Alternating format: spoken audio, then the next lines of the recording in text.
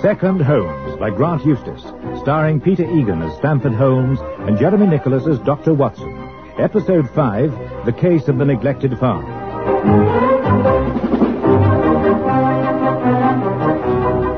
If thou protector of this damned strumpet talks thou to me of ifs, thou art a traitor.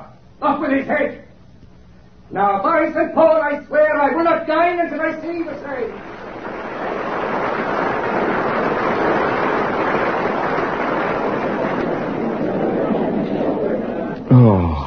Yes, thank you.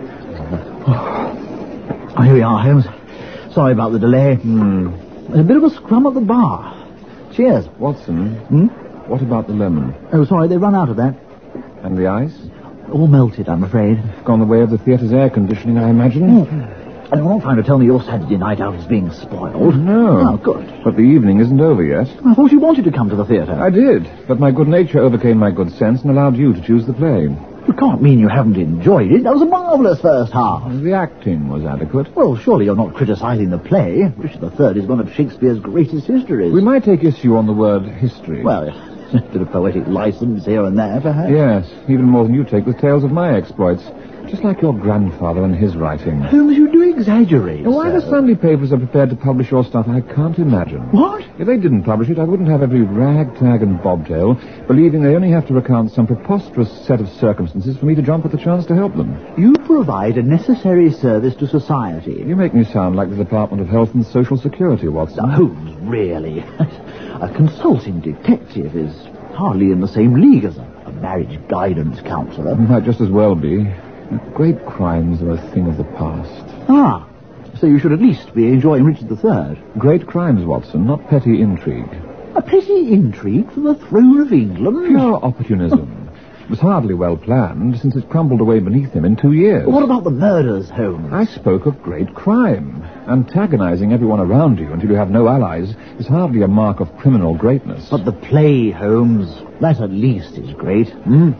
As drama, if not as entirely accurate history. Are we so to suspend disbelief that we accept that an entire court was so witless it didn't notice such transparent villainy before it engulfed them? Talking of noticing things, Holmes, I do believe we're being watched. Of course we are.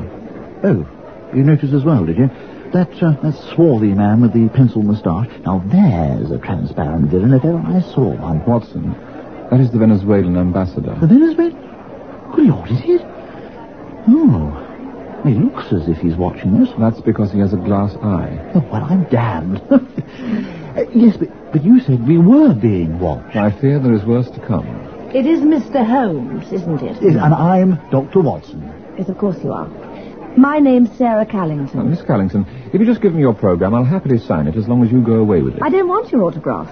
I want professional assistance. Oh. I just noticed you in the crowd and thought if I spoke to you, well, you might be able to clear up something for me. Oh. As it happens, Holmes isn't at all committed at the moment. Oh, good. Nonsense. For a start, I'm committed tomorrow to a hot air balloon race. Come now, Holmes. Was that a joke? It runs in Holmes's family. A sense of humour that's a bit dry. Almost desiccated. Look, why don't we discuss this over a meal after the play? I'll pay, of course. Oh, I wouldn't dream of it. Will be Holmes? The second half is beginning. Right, then I'll meet you in the foyer afterwards. That was a bit of luck, Holmes. A chance meeting like that leading to a new case. Just don't ask me again if my evening is being spoiled, Watson. Slave, I have set my life upon a cast, and I will stand the hazard of the die. I think there be 6 Richmonds in the field. 5 I have slain today instead of him. A horse! A horse! Wake up. My kingdom for the horse!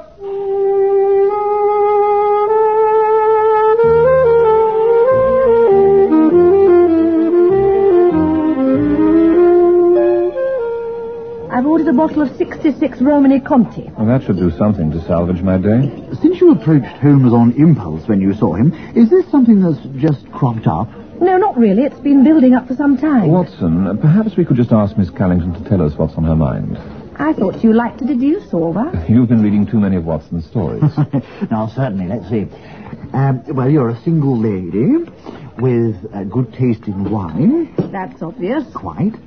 A journalist, a squash player, a sufferer from hay fever and left-handed. Not bad. Incredible, Holmes. How did you work that out? Watson, it really is time you deduce these things for yourself.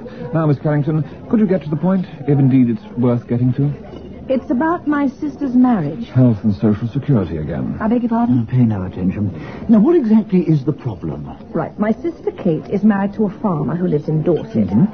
Now, since those communities can be pretty insular, I try to write to Kate regularly, keep her in touch with the outside world, and she replies equally regularly. But just lately, her letters sound as if she's not receiving mine. She'd never say so directly. She'd think she was being critical of my not writing. Now, how many letters do you think are involved? Oh, certainly 3, possibly 4. Oh, too many to be accounted for by post office incompetence. And perhaps there's a conspiracy in a Dorset sorting office. Good Lord, yes. We better keep that in mind. I'm a little surprised in this technological age that you rely on the written word. I am aware of the telephone's existence, Mr. Holmes. Wigley, Kate's husband, Tom Wigley, had their phone removed. To save money. That's what's behind all this. Money. In Holmes' experience, it often is. You see, Wigley married Kate for her money. Did she have much? Yes and no. That must have confused her. At the time of her marriage, she didn't.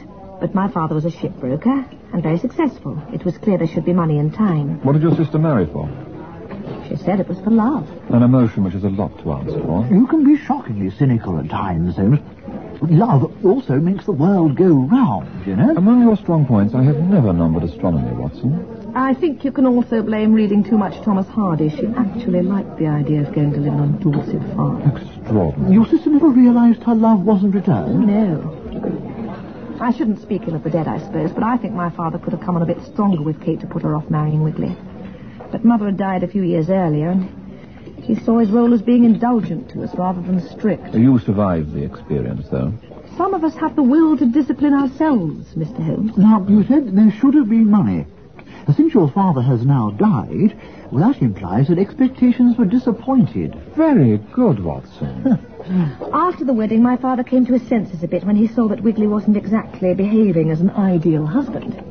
Well, in my book, ideal husband is a contradiction in terms, but you probably know what my father meant by that. I should hope so. Considerate, sober, hard-working, gentle to the opposite sex. Wigley's none of those. Very enlightening list of yours, Watson. I hardly qualify for any of those. Does that mean I won't make an ideal husband? Are we discussing your problems or mine? I didn't say I had a problem. What happened when your father died, Miss Carrington? In his will, he left nearly all his money in trust for Kate's and my children. Are there any? No, nor likely to be in either case.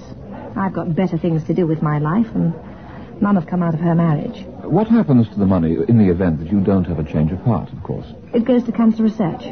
Mother died of cancer. So, if Wigley's whole purpose for the marriage were frustrated, his behaviour might be expected to get worse. It's exactly what's happened. They might as well be living apart for the amount of attention he pays, and he doesn't even bother about his livelihood. The farm wasn't much to start with, God knows, but it's become really run down. Now, if he's intercepting her post as well, her life must be getting close to intolerable. What's your sister's reaction to all this? Oh, Kate's on the religious side of the family. Marriage vows were for better, for worse. I think she just sees this as a patch of the worst. Yes.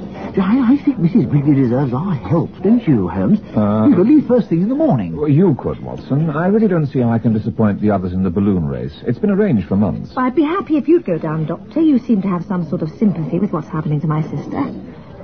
Mr. Holmes and the hot air in his balloon are well matched.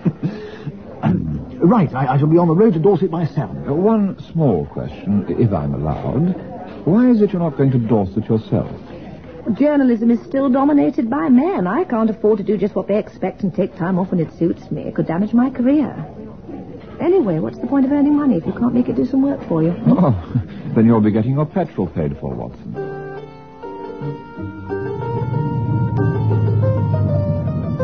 Oh, where the devil is it? Ridiculous. I must be around here somewhere, and that bleeding can't be that bad. Can it? No. What's that old sign? White Down. Oh, White Down Farm, that's it. At last. Oh, heavens. That must mean the broken down place up that drive. see what Sarah Carrington means.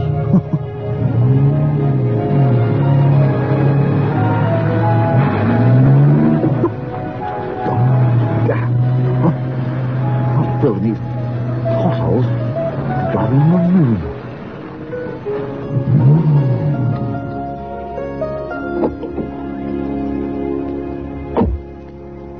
Dear, what a state the place is in. Hey, you! Ah, good morning. Is it?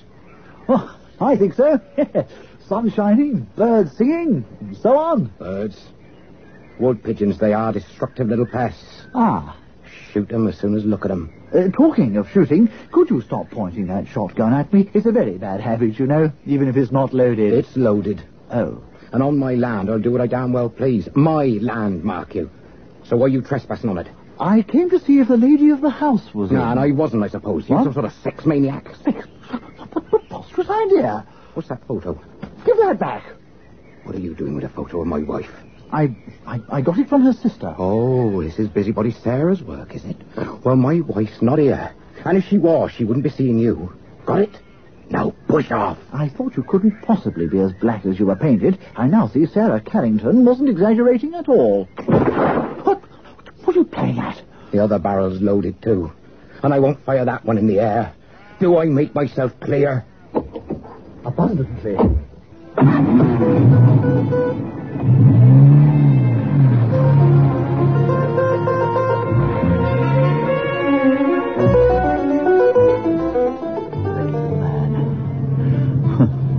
Sarah's got every reason to be worried about her sister. Good Lord.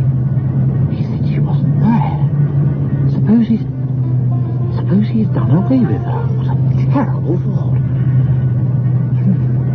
Holmes said he couldn't believe that people can't recognize a transparent villain in their midst. Well, what else is Wiggly but just that? Nobody seems to have done anything about him. Yes, I think Hello? Ah, the village shop looks open. Good. Ah, perhaps we can get a little local intelligence. Anyone about? Deserted. Like the rest of the village. Come in. Ah. Hello. Wasn't really expecting anyone until church finished. Of course. That's where Kate is. What a relief. Kate? But is that Kate Wiggly? You know her. Oh, not really. I have an introduction from her sister. You couldn't be local. Too well dressed. Well, now, if you have such a keen eye, you might be able to help me. Well... It probably comes from your time in the Navy, doesn't it? How did you know I was in the Navy? My dear Mr. Swanner. My dear Mr. Swanner Elementary, you have that distinctively naval fashion of unshaven patches on the cheeks. Huh? I can just see a photograph of a warship on that wall, and Portland Naval Base is just across Weymouth Bay. When you say it like that, you make it sound easy. You know, that's what Holmes always says. Holmes? You mean Stamford Holmes? Yes. It's funny you should say that. I was just reading a story about him in the Sunday paper. Rattling good read it is, too. Do you think so? Did you really think so? I say, Mr. Swanwick, you've no idea how gratified I am to make your acquaintance. Well, now, what can you tell me of Tom Wiggly? He's not a friend of yours. Oh, quite the reverse. Then I can be honest. He's a pain in the neck. I see him from 4 angles, and I don't like him from any of them. Oh? I'm a member of the parish council, and we regularly have something to deal with about Whitedown Farm. Someone's always got a complaint. Really? As a shopkeeper, I find he's a lousy payer. I won't let him have credit anymore. No, of course not. As a parent, I don't like the way he chases children off his land. Chases children? Yes, and a good deal of it's his fault anyway, since he won't maintain fences. Yeah. And my wife does a lot of work at the church and knows Kate Wiggly. As far as we can gather, Wiggly's a pig at home as well. A pig, eh? It's not a pretty record, is it? I'm afraid not. I only need to find he used to be in the RAF and the picture's complete, isn't it? Sorry, only joking, of course. I thought. Didn't take you long to find the village gossip. What, you... I knew as soon as you took the road into the village you were going to need a second talking to. Yes, I hope you're not going to try and throw me off someone else's property now. I may not be a clever Londoner like you and that bitch of a sister, but I'm not simple. I'm just making sure you got the message first time. The message I've got is that the people around here are charming, with one exception. Just be warned, and take the message back to Sarah. What Kate and me do is our business and no one else's. So you go fester in your miserable city and leave me be. Look, now that's them coming out of church. Time to take my wife away before you disturb her as much as you have me. You certainly got a bit of an enemy there, Mr... Dr. Watson. Well, I'm damned. The one I've just been reading? That's right. Are you and Mr. Holmes after all, Wiggly, then? Well... Oh, that's great. It's just me this time. We do work alone occasionally. You'll need a second pair of hands, just let me know. Thank you, I will. But, Mum's the word about my being in the village. All right. You said it, Dr. Watson.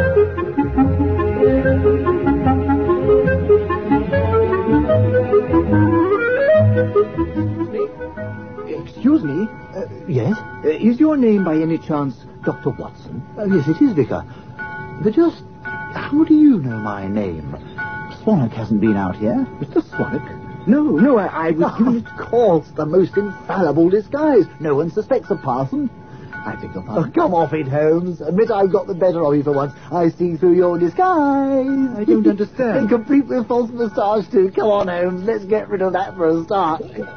Oh, good Lord, it's real. Oh, I'm most frightfully sorry. I'm surrounded by madmen. It's entirely my fault. I was convinced it was someone else pretending to be you, you see. To be me? To be, a vicar, anyway. Terribly embarrassing. I hope there are only two of you. Two? Who's the other one? The one who put £10 in the Restoration Fund box. That's a divine kind of madness, Mark. Now, what did he do that for? In return for me coming out to tell you to meet him at the top of the church tower. So you see, he's a bit touched, too. Ah, that must be Holmes. Was it a rather narrow-faced man with piercing blue eyes and an educated air about him? No. Oh. No, rather full in the face with bushy eyebrows and a local accent. Ah. That's the door to the tower over there. Local, eh? One of Wiggly's cronies, no doubt. I'll soon sort that out. I don't go to meet the likes of them without some weapon.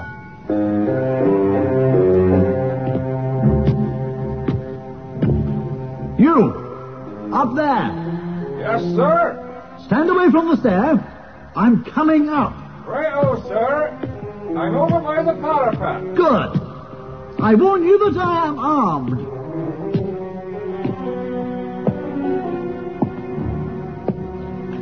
Now, what's this about?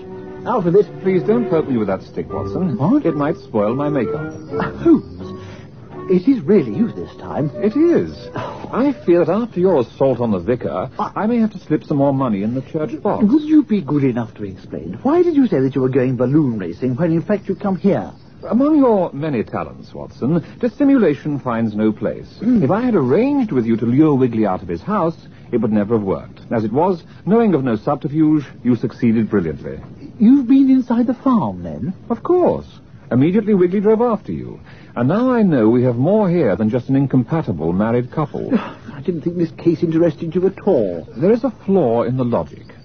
A farmer who puts farm before wife is quite plausible, and a farm which falls in hard times due to poor weather or crop disease or a fickle market would not be surprising. But here we have a farmer who neglects both wife and farm. He, not outside forces, runs it down, yet he's a greedy man, and the farm is his only source of income. It doesn't add up, does it? It doesn't seem to, but of course it must. And as usual, the very point which appears to complicate a case is in fact the one which is most likely to elucidate it. But why do you need to be in disguise? Well, thanks to your literary efforts, I'm rather too well known. Wiggly is a temperamental man. I'm not sure what his reaction might be if I put an appearance in the Dorset countryside. He has a scheme afoot. Ah, a great crime after all. Shades of Richard III, eh? No. Oh. The prize is great, but it's a grubby little scheme which we must observe closely. That's why I'm up here. It's the nearest we can get to the farm and remain concealed. Add a pair of field glasses, and we're in business. But what is the scheme, Holmes? I believe what Wiggly has been doing is trying to provoke his wife into divorcing him. Aha. He may now have realized that her beliefs won't let her entertain the idea. You mean her religious side? Quite. Since he wants that freedom soon, she may now be in some danger of a more permanent method of divorce. You mean... Well, if that's the case, we can't just stand here. At the moment, we have no alternative.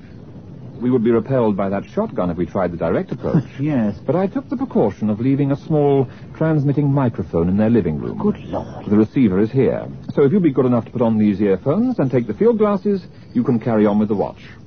And what are you going to do? It's time I took the vicar into our confidence about one of his flock.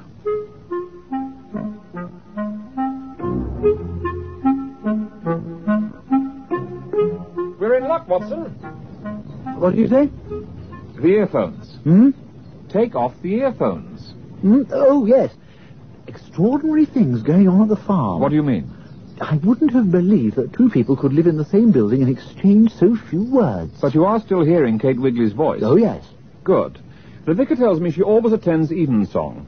Wiggly would hardly do anything when her absence would be so immediately noticed. And it gives me an opportunity to talk to her without the hazard of Wiggly's finger on a trigger. But don't you see, Mrs. Wiggly, Mr. Holmes makes a persuasive case for there being some risk for you at home. I know Tom often has fits of temper, and he does have a rough tongue, more than I would wish, perhaps. But whatever he's threatened, he's never hurt me. I have a good deal of experience of the bleaker side of human nature, Mrs. Wiggly.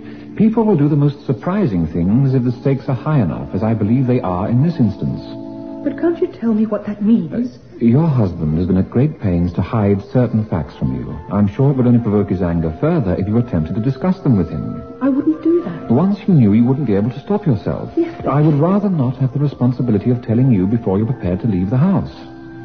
Mr. Holmes, I have my duty to do as a Christian wife. Oh, dear. He needs me to support him, not desert him. Mr. Holmes isn't advocating desertion, just suggesting a few days away. Visit your sister, perhaps. No. I realize you're acting from the best possible motives, but I know my duty. I'll stay where I belong. Oh, dear child. I admire your sense of duty, Mrs. Wiggly, but I regret it is stronger than your sense of survival. I must be going now. He'll be coming to pick me up. Well, let me walk you as far as the road. Well, I'm not sure, really.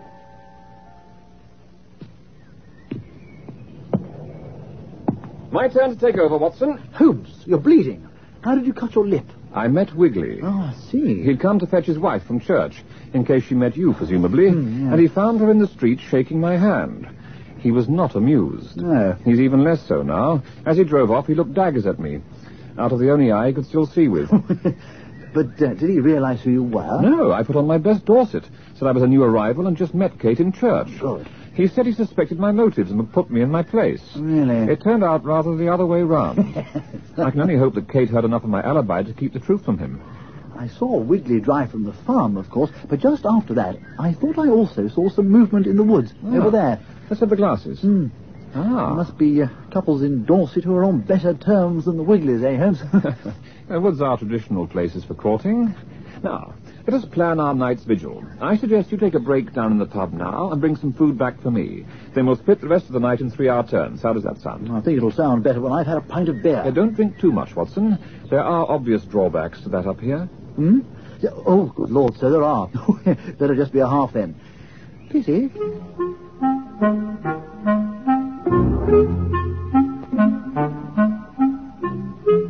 Aha, some movement at last. Watson? Watson?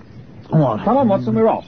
Oh, what a splendid morning. It won't stay that way unless we hurry. What, something happened? Yes. Why does the farmer go out at first light with his gun? To shoot, I imagine. Then why does he need to take his wife with him? Good Lord. Come on, Watson. Right.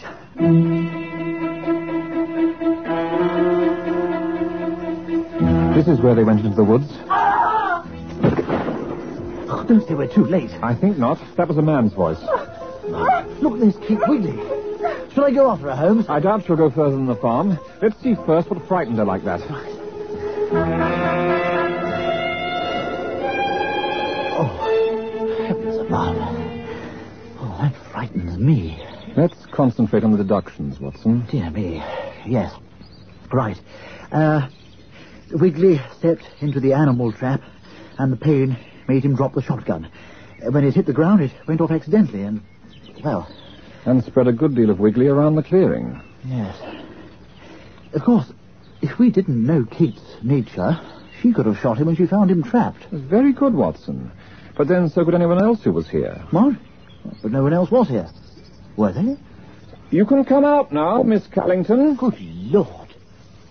It wasn't a courting couple you saw last night in the woods, Watson. You don't mean to say she killed Wiggly? No, merely that she could have. Couldn't you, Miss Callington? Especially as you moved the trap, so it was where Wiggly wasn't expecting it. I certainly did. I nearly walked into it myself last night. But I didn't pull the trigger, and neither did Kate. I see no benefit in the two of you being cross-examined on that point in court. I think you'd better report accidental death, Watson. Me? You're a doctor, and you found the body. And I'm not here. Remember? Why did you come, Mr. Holmes? To see why you were lying, young lady. If you wish me to believe in a chance encounter, you should not follow us for the previous 24 hours looking for an opportunity to pretend that. Well, I never noticed. And then you settled much too readily for Watson if you'd really wanted me to investigate.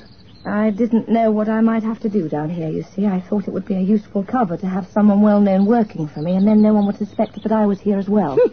In future, choose someone more gullible when you're constructing an alibi. We're not that easily fooled, you know. Quite so.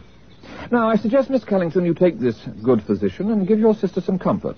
But let me also direct your attention to a locked desk in the gun room. You will find there a survey report on the oil field lying beneath this farmland, and the correspondence from the increasingly agitated oil company wishing to purchase this farm. Oil, eh?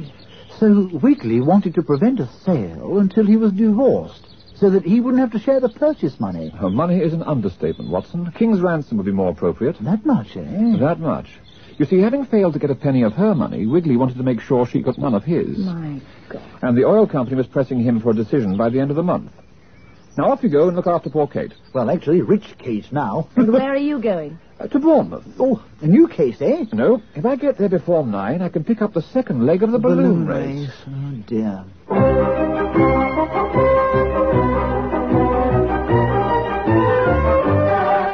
That episode of Second Holmes starred Peter Egan as Holmes and Jeremy Nicholas as Watson, with Fiona Walker as Sarah Callington. Tom Wiggly was played by Steve Hodson, Bob Swanick by Ronald Batterley, and the Vicar by Hugh Dixon, with Alexandra Mathey as Kate Wiggly. Second Holmes is written by Grant Eustace and produced by Paul Mayhew Archer.